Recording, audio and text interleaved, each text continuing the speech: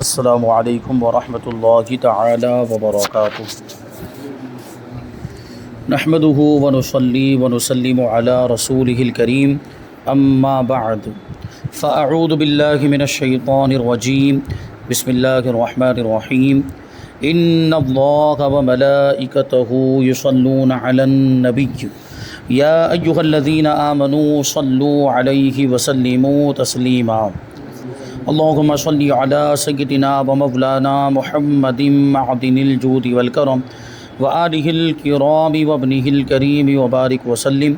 صلاۃ و سلاما علیک یا رسول اللہ صلی اللہ تعالی علیہ وسلم۔ حج کا بیان جاری ہے۔ اس سے پہلے والے دو درسوں میں حج سے تعلق رکھنے والے بہت سے ضروری مسائل بیان ہوئے۔ یہاں سے کچھ اور مسائل بیان کرتے ہیں۔ پہلا سوال یہ ہے کہ حج کے ارکان کتنے اور کون کون سے ہیں، نیز اس کا رکن اعظم کون سا ہے۔ رکن کا مطلب یہ ہوتا ہے کہ جس سے مل کر وہ چیز بنے اور وہ چیز اس کی حقیقت میں شامل ہو۔ تو جیسے نماز کے ارکان، یعنی نماز کے جو فرائض ہیں وہی نماز کے ارکان بھی ہیں۔ مطلب جیسے نماز کے اندر رکوع ہے، سجدہ ہے، قیام ہے، قعدہ ہے، ان سے مل کر نماز بنتی ہے،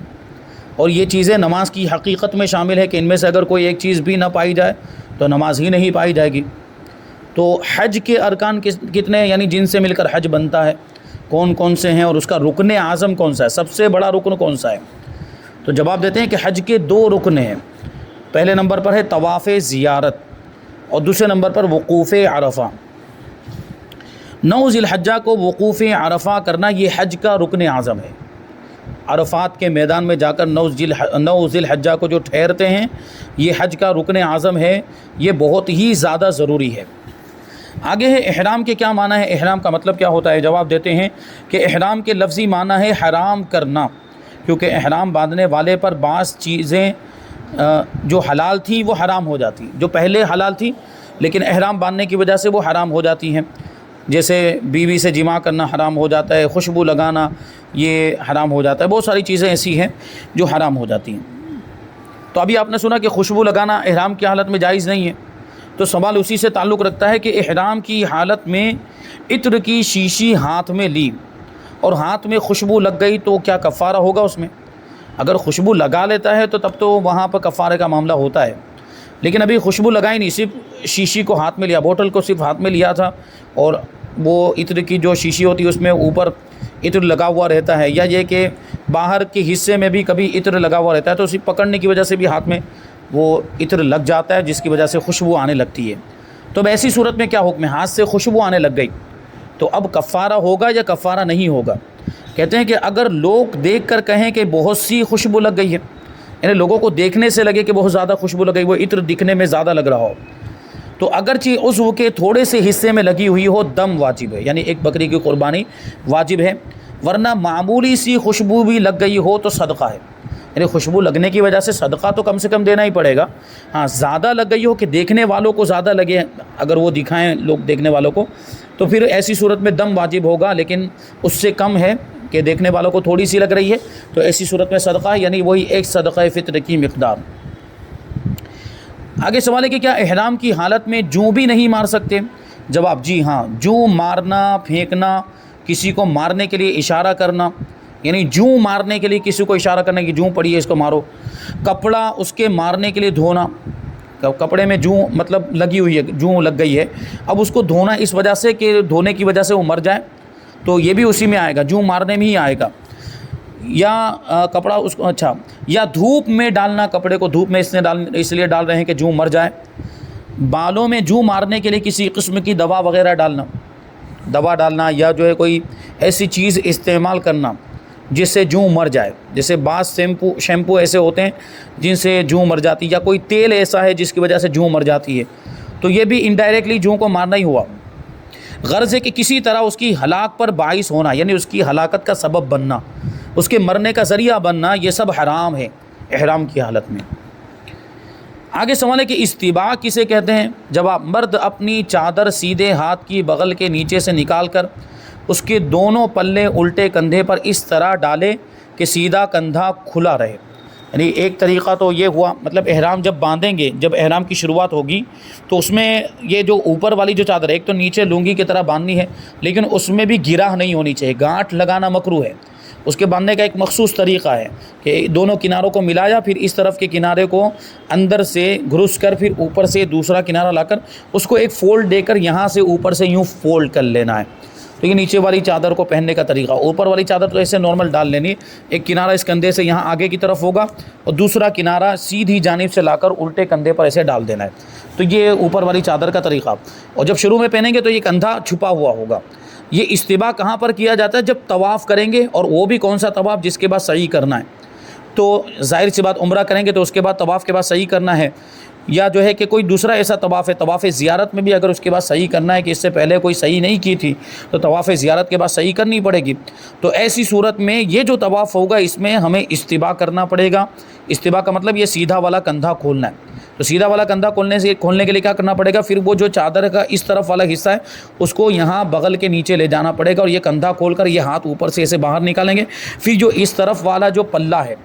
وہ لا کر یہاں پہ دوسرے کندھے پر یعنی الٹے کندھے پر لا کر ڈال دیں گے، تو اس طرح یہ کندھا کھل جائے گا۔ یہ استباع جو ہے وہ طواف کرتے وقت کیا جاتا ہے، اور طواف سے فارغ ہو جائیں تو پھر سے یہ کندھے کو اندر کر لینا ہے، چھپا لینا ہے۔ جب وہ طواف کی جو نماز پڑھیں گے تو یہ کندھا چھپا کر ہی نماز پڑھیں گے۔ استلام کا مطلب کیا ہوتا ہے؟ طواف کرتے وقت استلام کیا جاتا ہے، اور یہ لفظ طواف کے بیان میں بار بار آتا ہے۔ تو یہ اس کا مطلب کیا ہوتا ہے؟ کہتے ہیں کہ حجر اسود کو بوسہ دینے، یا ہاتھ یا لکڑی سے چھو کر چوم لینے، یا اشارہ کر کے ہاتھوں کو بوسہ دینے کو استلام کہتے ہیں۔ مطلب کیا ہوا کہ طواف کر رہے ہوں تو طواف کی شروعات بھی حجر اسود ہی سے ہوتی ہے، وہیں سے ایک طواف، پہلا طواف بھی شروع ہوگا، اور جب ایک پہلا طواف جو مکمل ہوگا تو وہیں آ کر مکمل ہوگا۔ ایک چکر جو مکمل ہوگا وہیں حجر اسود پر آ کر ہی مکمل ہوگا، جو خانہ کعبہ کے ایک کونے میں لگا ہوا ہے، ایک رکن میں لگا ہوا ہے، جس کو رکن حجر ہی کہا جاتا ہے۔ اور اس کے سامنے بالکل مسجد حرام شریف میں جو محراب بنی ہو دور، وہاں پر گرین لائٹ لگی ہوئی ہے۔ مطلب یہاں بھیڑ ہونے کی وجہ سے اگر حجر اسود نظر بھی نہیں آ رہا ہے تو گرین لائٹ کے ذریعے سے ہم معلوم کر سکتے ہیں کہ ہم حجر اسود کے بالکل سامنے پہنچ گئے ہیں۔ اور اگر بھیڑ کم ہے اور ہم قریب میں چل رہے ہیں، حجر اسود کو بوسہ دینا ممکن ہے بغیر کسی کو تکلیف پہنچائے ہوئے، دھکا مکی کے بغیر ہم آسانی کے ساتھ حجر اسود کو بوسہ دے سکتے ہیں۔ تو جب بھی ہمارا وہ طواف کا چکر مکمل ہو اور حجر اسود پر پہنچے تو اس پر دونوں ہاتھوں کو رکھ کے، ہاتھوں کے بیچ میں جو جگہ ہوتی ہے وہاں سے بوسہ لینا ہے، اس پہ ہونٹ کو رکھ کر، اور اس انداز میں بوسہ دینا ہے کہ وہ آواز پیدا نہ ہو۔ بہت سے لوگ جب بوسہ دیتے ہیں تو وہ آواز، اس طرح کی آواز پیدا ہوتی ہے، وہ آواز نہیں پیدا ہونی چاہیے۔ اس طرح جو ہے حجر اسود کو بوسہ دیا جائے، لیکن اس بات کا خیال رکھنا چاہیے کہ حجر اسود پر بہت سے لوگ عطر چھڑکتے ہیں، عطر ڈالتے ہیں خوب زیادہ مقدار میں، تو اس کی وجہ سے ہاتھوں پہ، کیونکہ احرام کی حالت میں ہوں گے، نفلی طواف کر رہے ہیں تو الگ بات ہے، نفلی طواف بغیر احرام کے بھی ہوتا ہی ہے، بغیر احرام کے کیا جاتا ہے۔ اگر احرام کی حالت میں ہے تو اس بات کا لحاظ رکھنا چاہیے کہ ہاتھ میں خوشبو نہ لگ جائے یا ہونٹ پہ خوشبو نہ لگ جائے، اور اگر اندیشہ ہے تو پھر وہ اس انداز میں بوسہ نہیں دے گا، پھر وہ استلام کرے گا۔ وہ استلام مطلب یہ ہے کہ یہ بھی استلام میں ہی شامل، بوسہ دینا بھی استلام میں ہی شامل ہے۔ تو اگر یہ نہیں کر سکتے ہوں، ہاتھ میں کوئی دوسری چیز ہے، ہاتھ کے ذریعے سے ہاتھ لگا کر ایسے بوسہ دے دیا ہاتھ کو، یا کوئی لکڑی موجود تھی، لکڑی لگا کر لکڑی کو بوسہ دے دیا، لیکن اکثر تو ایسا ہوتا ہے کہ بہت زیادہ بھیڑ ہوتی ہے، تو بھیڑ کی وجہ سے وہاں قریب جانا بھی ممکن نہیں ہوتا، قریب جانے کے لیے دھکا مکی کرنی پڑے گی، لوگوں کو تکلیف دینی پڑے گی، تو یہ درست نہیں، یہ جائز نہیں، کیونکہ حجر اسود کو بوسہ دینا سنت ہے اور کسی کو تکلیف پہنچانا حرام ہے۔ ایک سنت کام کے لیے ہم حرام کام کا ارتکاب نہیں کر سکتے، اس کے لیے حرام کام کی اجازت نہیں ہوگی، جبکہ اس کا بدل موجود ہے۔ یعنی اگر بوسہ نہیں دے سکتے ہیں تو وہ دوسرا جو طریقہ ہے، یہ ہاتھ کے اشارے سے، یعنی حجر اسود کی طرف دونوں ہاتھ اس طریقے سے، یہ ہاتھ بھی اور یہ سیدھا ہاتھ بھی اور الٹا ہاتھ بھی، دونوں جو ہے کانوں تک اٹھانا ہے، حجر اسود کی طرف رخ کر کے۔ جب بھی ہمارا طواف شروع ہوگا تو شروع میں بھی، اور جب ایک چکر مکمل ہوگا اور حجر اسود کے پاس پہنچ گئے تو اس طرف رخ کر کے، حجر اسود کی طرف رخ کر کے دونوں ہاتھ ایسے اٹھانے اور پڑھنا ہے بسم اللہ والحمد للہ واللہ اکبر والصلاۃ والسلام علی رسول اللہ، پھر ان دونوں ہاتھوں کو ایسے چوم لینا ہے، تو یہ استلام ہو جائے گا۔ پھر وہ دوسرا چکر وہاں سے شروع ہو جائے گا، ایسے ہی تیسرا، چوتھا اور پانچواں، چھٹا، 7 چکر اس طرح مکمل کرنے ہیں۔ سعی کسے کہتے ہیں؟ طواف کے بعد سعی کرنا ہے، تو سعی کا طریقہ کیا ہے؟ سعی کا مطلب کیا ہوتا ہے؟ کہتے ہیں صفا اور مروہ کے درمیان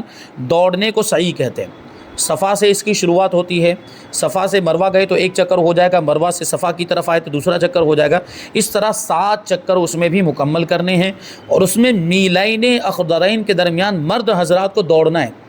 یعنی تیزی کے ساتھ چلنا ہے، اور اتنا تیز بھی نہیں دوڑنا ہے کہ آدمی تکلیف میں آ جائے یا گر جائے یا زخم وغیرہ لگ جائے، اتنا تیز بھی نہیں دوڑنا۔ میلین اخضرین کا کیا مطلب؟ یہ پرانے زمانے میں 2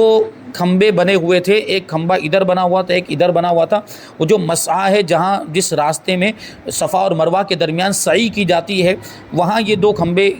گرین کلر کے بنے ہوئے تھے، تو یہاں اگر پہنچے یہ کھمبے کے پاس تو یہاں سے دوڑنا شروع کر دینا ہے اور اس کھمبے پر آ کر ختم کر دینا ہے، اور ادھر سے آئے تو اس کھمبے پر جب پہنچے تو یہاں سے دوڑنا شروع کرنا ہے اور یہاں اس کھمبے کے پاس آ کر اس کو ختم کر۔ لیکن اب وہ کھمبے وغیرہ موجود نہیں ہے، اب تو وہ جو پوری عمارت بنا دی گئی ہے وہ پورا ہال جیسا بن گیا، ادھر سے آتے ہیں ادھر سے جاتے ہیں، تو اس کے لیے نشانی کے لیے لائٹیں گرین کلر کی لائٹیں لگائی گئی ہیں، اوپر کی جانب لائٹیں لگی ہوئی ہیں، تو یہاں سے جاتے وقت جب وہ لائٹ آئے، جہاں سے وہ گرین لائٹ شروع ہوتی ہے وہیں سے دوڑنا شروع کرنا ہے، اور جہاں وہ گرین لائٹ ختم ہوتی ہے وہاں پر یہ دوڑنے کو بھی ختم کر دینا ہے۔ تو یہ اس طرح جو ہے کہ سعی کی جاتی ہے۔ اب رمی کا مطلب کیا ہوتا ہے؟ رمی کا مطلب ہوتا ہے مارنا، یہاں کنکری مارنا مراد ہے، لیکن کس کو کنکری مارنا؟ جمرات کو، یعنی شیطانوں پر کنکریاں مارنا، اس کو رمی کہا جاتا ہے۔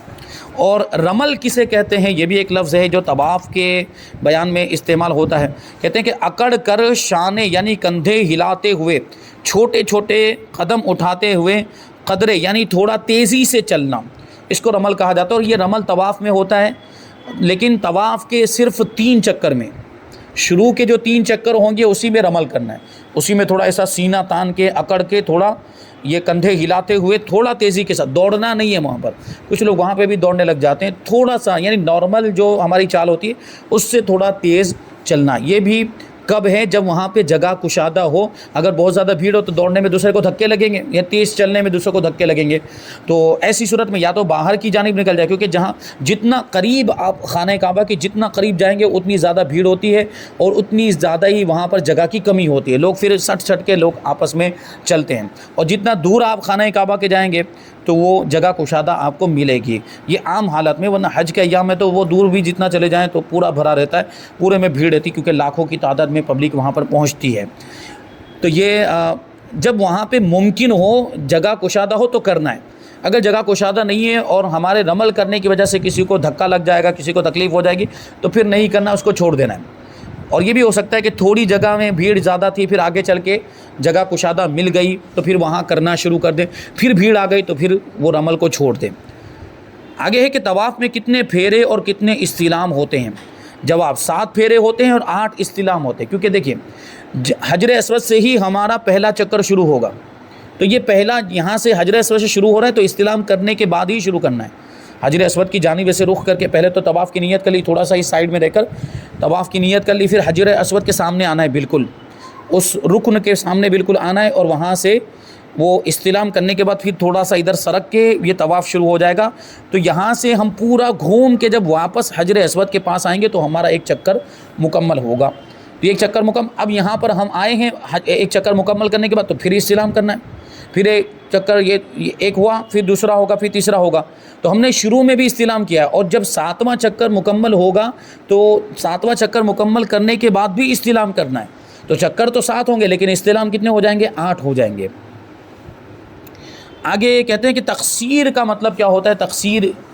کسے کہتے ہیں؟ تو ایک تو ہوتا ہے حلق کا مطلب بتایا تھا کہ پورے سر کو منڈا دینا، یعنی عمرے کے سارے ارکان ادا ہو گئے، صحیح بھی مکمل ہو گئی، تو اب کیا کرنا ہے؟ احرام سے باہر ہونے کے لیے پورے سر کو منڈا دینا ہے۔ یا یہ کہ تقصیر کروانے کا مطلب یہ ہوتا ہے کہ کم سے کم 1/4 سر کے بال انگلی کے پورے کے برابر کٹوانا، جو میں نے کل بتایا تھا، یہ انگلی کا پورا ہے تو اس میں بال کو مطلب اتنی مقدار میں بال، اگر آپ کو اس کا اندازہ لگانا ہے تو بال کو اس میں موڑ کے دیکھ سکتے ہیں، کوئی چیز بھی نہیں ہے کہ جس کے ذریعے سمجھائے، رومال بھی نہیں، تو یہ بال اگر لمبے ہیں تو اس میں کیا جائے، رومال ہے آپ لوگوں کے پاس؟ ہاں، یہ دوری اس کو ہم دیکھتے ہیں، یہ مثال کے طور پر بال ہیں تو اس کو ایسے لپیٹیں گے، تو اتنے حصے میں یہ جتنے بال آئیں گے، یہ ایک بار اتنا ایک راؤنڈ گھمانا ہے، بس زیادہ نہیں، یہ ایک بار اتنا راؤنڈ گھمایا ہم نے تو یہ ہوا ایک پورے کے برابر بال، یعنی 1/4 سر کے 1/4 سر کے بال یہ کم سے کم اتنی مقدار میں کٹ جانے چاہیے۔ اب ظاہر سی بات ہے کہ اگر کسی کے بال بڑے ہیں تو ہی یہ چیز ہو پائے گی، اگر کسی کے بال چھوٹے ہیں کہ اتنی مقدار میں اس کو کاٹا ہی نہیں جا سکتا ہے تو مسئلہ ہوگا، پھر تو سر منڈانا ہی پڑے گا۔ اگر ایک آدھے انچ کے بال ہی ہیں یا ایک پورے کے برابر اتنا نہیں ہو رہا ہے، یہ تقریباً 1 انچ سے کچھ زیادہ ہوگا یہ حصہ، اگر اس کو ایسے لپیٹیں تو دیکھیے یہ اتنے بال نہ 1 انچ نہیں بلکہ 2 انچ کے تقریباً 1.25 انچ کے برابر ہو جاتا ہے، تو اتنا جو ہے کہ وہ بال کٹوا لیے اور چوتھائی سر کے کٹوا لیے تو تقصیر ہو جائے گی، لیکن اگر بال چھوٹے ہیں تو سر منڈانا ہی پڑے گا۔ اور عورتوں کا مسئلہ آ جاتا ہے، کیونکہ عورتوں کو تو سر منڈانا حرام ہے، ان کے لیے یہی چیز ہے،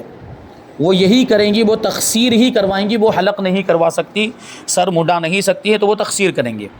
اور مرد حضرات اگر کسی کے بال بڑے ہیں پہلی مرتبہ میں، اگر کچھ زیادہ لمبے بال ہیں تو پہلی دوسری مرتبہ میں وہ یہ چیز کر سکتا ہے تقصیر، لیکن بال چھوٹے ہو گئے تو پھر سر منڈانا ہی پڑے گا، یا ایک بار سر منڈا دیا تو اب تو بال ہے ہی نہیں سر پر، تو پھر وہ استرا گھمانا پڑے گا،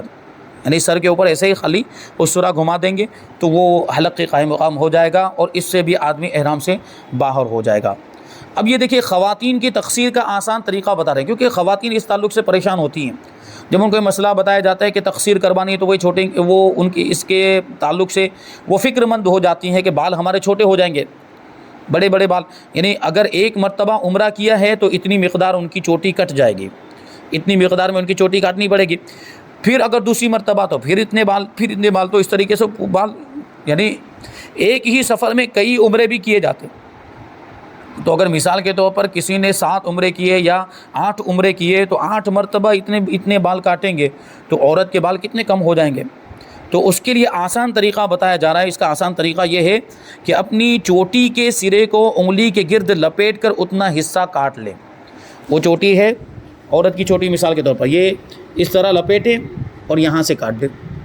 تو یہ ہو گئی تقصیر۔ لیکن یہ احتیاط لازمی ہے کہ کم سے کم چوتھائی سر کے بالوں کے برابر، چوتھائی سر کے بال پورے کے برابر کٹ جائیں، یہ ہونا چاہیے۔ اب دیکھیے اس میں کیا ہوتا ہے کہ آپ نے خواتین کے بالوں کو دیکھا ہوگا، اپنے گھر کی خواتین اپنے محارم کے بالوں کو دیکھا ہوگا، ان کی چوٹی کو دیکھا ہوگا، تو اس میں کیا ہوتا ہے کہ جو چوٹی کا کنارہ ہوتا ہے وہ بال وہاں پر باریک ہوتے ہیں یا پورے سر کے بال وہاں نہیں پہنچ رہے ہوتے ہیں، تو اب ظاہر سی بات ہے کہ اگر اتنا ہی حصہ کاٹے تو پورے سر کے بال اس میں نہیں آئیں گے، بلکہ بعض اوقات تو 1/4 سر کے بال بھی اس میں نہیں آئیں گے، تو ان کو اندازہ لگانا ہے کہ ہم نے اتنے بال موڑے ہیں تو 1/4 سر کے بال اس میں آ رہے ہیں کہ نہیں آ رہے ہیں، اتنے حصے میں اگر آ جا رہے ہیں تو ٹھیک ہے، وہ تقصیر ہو جائے گی، ورنہ وہ تھوڑا اوپر سے ان کو کاٹنا پڑے گا جہاں جا کر وہ بال موٹے ہوتے ہیں اور 1/4 سر کے حصے کے جو بال اس میں آ جاتے ہیں۔ اور ان کے لیے جو یہ بات تھی کہ بھائی زیادہ بال کٹ جائیں گے تو ان کے لیے آگے طریقہ یہ ہے کہ اگر اوپر اور زیادہ جو ہے کہ چوٹی کٹنے کے بعد اب وہ جو بال گھنے ہو گئے ہیں تو وہاں پر یہ طریقہ اختیار کیا جا سکتا ہے کہ اپنی چوٹی کے 2 حصے کریں، ابھی شروعات میں دوسری تیسری مرتبہ میں 2 حصے کریں اور ایک حصے کے بال ایک عمرے میں کاٹ لیے اتنے، ایک پورے کے برابر، اور اب جو دوسرا حصہ بچا ہے دوسرے عمرے میں وہ اتنے دوسرے جو ایک پورے کے برابر جو بال تھے وہ کاٹ لیے، تو یہ 2 مرتبہ میں ایک ہی مقدار کے اندر 2 عمرے ہو جائیں گے، ایک ہی مقدار بالوں کی، اور اوپر گئے اور یہ ہو گیا کہ اب اس کے 4 حصے بھی کیے جا سکتے ہیں، یعنی اگر چوٹی کے 4 حصے کریں گے تو ایک حصے میں 1/4 سر کے بال آ جائیں گے، 1/4 حصے کے بال آ جائیں گے، تو پھر ایک عمرے میں وہ ایک اتنے بال کاٹ لے، پھر دوسرے اتنے حصے کے بال کاٹ لے، پھر تیسرے میں، پھر چوتھے میں، تو کیا ہوگا کہ ایک ہی مقدار میں 4 عمرے ہو جائیں گے ان کے، کیونکہ چوٹی کے 4 حصے انہوں نے کر لیے تھے، تو اس طرح جو ہے کہ ان کے زیادہ بال کٹیں گے بھی نہیں اور کم مقدار میں زیادہ عمرے وہ ادا کر سکیں گی۔ آگے سوال ہے کہ عورت جو عمرے کے طواف و سعی سے فارغ ہو چکی، ابھی تقصیر نہیں کی، وہ اپنے شوہر کے احرام سے نکلنے کے وقت، یعنی اس کے عمرے کا طواف و سعی سے فارغ ہونے کے بعد کیا اس کا حلق یا تقصیر کر سکتی ہے؟ یہ سوال یہ ہے، مطلب کیا ہوا کہ دونوں کے ارکان تو مکمل ہو چکے ہیں، عورت کے بھی ارکان مکمل ہو چکے، طواف اور سعی سے فارغ ہو چکی ہے، لیکن عورت نے ابھی اپنے وہ بال کاٹے نہیں ہیں، اور شوہر کے بھی ارکان مکمل ہو چکے، طواف اور سعی کر چکا ہے، اور شوہر کو ابھی سر منڈانا ہے یا شوہر کو تقصیر کروانا ہے، تو کیا بیوی شوہر کے سر کے بال کاٹ سکتی ہے یا تقصیر کر سکتی ہے یا نہیں کر سکتی ہے؟ یہ اہم سوال ہے۔ تو جواب ہے جی ہاں کر سکتی ہے، کہ جب احرام سے باہر ہونے کا وقت آ گیا تو اب محرم اپنا یا دوسرے کا سر مونڈ سکتا ہے، اگرچہ یہ دوسرا ابھی محرم ہو اور اس کا احرام سے باہر ہونے کا وقت آ گیا ہو۔ یعنی یہ میاں بیوی کا ہی مسئلہ نہیں، دوسرے بھی کوئی دوسرے جیسے دوست یار وغیرہ بھی گئے اور مرد حضرات ہیں اور ان کے سب ارکان ادا ہو چکے ہیں، اب احرام سے باہر ہونے کا وقت آ گیا ہے، تو وہ دونوں آپس میں جیسے استورا لے لیا اور ایک دوسرے کا سر انہوں نے موڑ دیا ہے، حلق کر دیا دونوں کا، تو وہ دونوں احرام سے باہر ہو جائیں گے، یہ جائز ہے، درست ہے، اس میں کوئی حرج نہیں ہے۔ آگے سوال ہے کہ طواف میں کتنی اور کون کون سی باتیں حرام ہیں؟ طواف کے دوران 7 باتیں ایسی ہیں جو حرام ہے، نہیں کرنی چاہیے۔ پہلے نمبر پر بے وضو طواف کرنا حرام ہے۔ دوسرے نمبر پر جو عضو سطر میں داخل ہے اس کا چوتھائی حصہ کھلا ہونا، مثلا ران یا آزاد عورت کا کان یا کلائی، کیونکہ مرد کا جو سطر کا حصہ ہے وہ ناف کے نیچے سے لے کر گھٹنے کے نیچے تک کا حصہ ہے، تو اس میں سے کوئی بھی عضو 1/4 سے زیادہ کھلا ہوا نہیں ہونا چاہیے، یہ حصہ چھپا ہوا ہونا چاہیے۔ اور عورت کے لیے تو پورا بدن ہی، وہ چہرہ نہیں چھپائے گی، اور یہ ہتھیلی جو ہے کھلی رہے تو کوئی مسئلہ نہیں، لیکن کلائی والا حصہ کھلا ہوا نہیں ہونا چاہیے۔ اور اسی طریقے سے کان کا حصہ بھی اس کے لیے چھپانا ضروری، کیونکہ چہرے میں نہیں آتا، یہ چہرے سے باہر ہے، چہرہ تو کھلا ہوا رہے گا لیکن اگر کان کا حصہ کھلا ہوا رہ گیا، کان کا چوتھائی حصہ کھلا ہوا رہ گیا تو یہ حرام ہے۔ تیسرے نمبر پر ہے کہ بے مجبوری، بغیر کسی مجبوری کے سواری پر یا کسی کی گود میں یا کندھے پر بیٹھ کر طواف کرنا، بغیر کسی شرعی مجبوری کے۔ اگر کوئی مجبوری، بہت کمزور آدمی ہے یا بہت زیادہ بوڑھا ہو گیا یا بیمار ہے کہ وہ پیدل چل کر طواف نہیں کر سکتا ہے، تو وہ سواری پر، پرانے زمانے میں تو کیا وہ جگہ کھلی ہوئی تھی تو لوگ سواری لے کر بھی وہاں پر آ جاتے تھے، گھوڑے اونٹ وغیرہ لے کر بھی آ جاتے ہیں۔ اب کیا ہوتا ہے، اب جو معاملات ہیں وہ ویل چیئر کے معاملات ہیں، تو ویل چیئر بھی جو ہے وہ سواری کے قائم مقام ہے، تو ویل چیئر پر جو لوگ طواف کر رہے ہیں تو بغیر شرعی مجبوری کے ایسا کرنا حرام۔ شرعی مجبوری یعنی آدمی بیمار ہے، بہت ضعیف ہو گیا، کمزور ہو گیا، بہت زیادہ بوڑھا ہو گیا کہ چل کے طواف نہیں کر سکتا ہے، تو ویل چیئر پر اس وقت اجازت ہوگی، بغیر مجبوری کے اجازت نہیں ہوگی۔ چوتھے نمبر کے بلا عذر بیٹھ کر سرکنا یا گھٹنوں پر چلنا، یہ بھی حرام۔ سرکتے ہوئے، گھسٹتے ہوئے طواف کرنے کی اجازت نہیں، چل کے ہی کرنا پڑے گا، یا جو ہے کہ گھٹنوں کے بل کوئی چلے تو یہ بھی جائز نہیں ہے، مجبوری ہو تو جائز ہے، شرعی مجبوری ہو تو۔ نمبر 5، کعبے کو سیدھے ہاتھ پر لے کر الٹا طواف کرنا۔ خانہ کعبہ، ایسے یہ خانہ کعبہ موجود ہے، یہاں پر حجر اسود ہے، ہمیں داہنی جانب جانا ہے، ایسے طواف شروع ہوگا داہنی سیدھے ہاتھ کی طرف، نیو طواف یہ مکمل۔ لیکن اگر کوئی الٹا کرے، یعنی یہاں حجر اسود کی طرف رخ کر کے کھڑا ہوا، پھر بائیں جانب ایسے طواف کرے، یہ الٹا طواف کرنا حرام ہے، یہ ہو جائے گا۔ چھٹے نمبر پر ہے طواف میں حتیم کے اندر ہو کر گزرنا۔ حتیم مطلب وہ گول دیوار بنی ہوئی ہے، خانہ کعبہ کے ایک جانب میں وہ گول دیوار بنی ہوئی ہے، اس کے اندر سے طواف نہیں کر سکتے، اس میں اندر جانے کا تھوڑا سا رستہ ہے، وہاں سے جا کے ادھر سے نکلے، یہ نہیں ہو سکتا، کیونکہ وہ خانہ کعبہ کے اندر کا حصہ ہے۔ تو جس طرح خانہ کعبہ کے اندر طواف نہیں ہو سکتا، اسی طرح حتیم والے حصے کے اندر بھی طواف نہیں، اس کے باہر سے جانا پڑے گا ایسے۔ تو حتیم والے حصے کے اندر سے طواف کرتے ہوا گزرنا۔ اور 7ویں نمبر پر ہے کہ 7 پھیروں سے کم طواف کرنا۔ 7 پھیرے ضروری ہے، 7 پھیروں سے اگر کوئی کم کرے گا تو یہ جائز نہیں ہے۔ تو یہاں پر یہ کچھ باتیں بیان کی گئی ہیں۔ اب آگے ہے کہ عورت کا بغیر محرم کے حج اور عمرہ پر جانا کیسا؟ محرم کے بغیر، محرم مطلب جن سے عورت کا ہمیشہ کے لیے نکاح حرام ہو، جیسے بیٹا ہے، باپ ہے، اور شوہر تو اس کے ساتھ تو نکاح ہو ہی چکا ہے، اس کے شوہر کے علاوہ ایسے رشتہ دار جن سے اس کا نکاح ہمیشہ کے لیے حرام ہے، وہ اس کے محارم میں آئیں گے، تو ان کے ساتھ ہی یہ سفر میں جا سکتی ہے۔ اور یہ صرف حج کے سفر کی بات نہیں ہے، دوسرا بھی اگر کوئی شرعی سفر یعنی 92 کلومیٹر یا اس سے زیادہ کا سفر ہو تو بغیر محرم کے نہیں کیا جا سکتا ہے۔ تو بغیر محرم کے اگر کوئی عورت جائے گی تو اس کا کیا حکم ہوگا، اور اگر اس نے حج کر لیا تو حج ہوگا یا نہیں ہوگا، عمرہ کر لیا تو عمرہ ہوگا کہ نہیں، جو بغیر محرم کی عورت گئی ہے۔ اور اگر حج کے سفر کے دوران کسی کو موت آ جائے تو اس کی فضیلت کیا ہے، حج مبرور کسے کہتے ہیں اور اس کا ثواب کیا ہے، میقات کتنی ہے اور کون کون سی ہے، اور میقات سے گزرنے کا کیا حکم ہے، اور بھی کچھ بہت مسائل ہیں انشاءاللہ تبارک و تعالیٰ، ان کو آئندہ درس میں شامل کریں گے۔ اللہ تبارک و تعالیٰ کی بارگاہ میں دعا ہے کہ جو کچھ بھی بیان ہوا اس پر ہم سب کو عمل کرنے کی توفیق عطا فرمائے۔ وما علینا الا البلاغ۔ السلام علیکم۔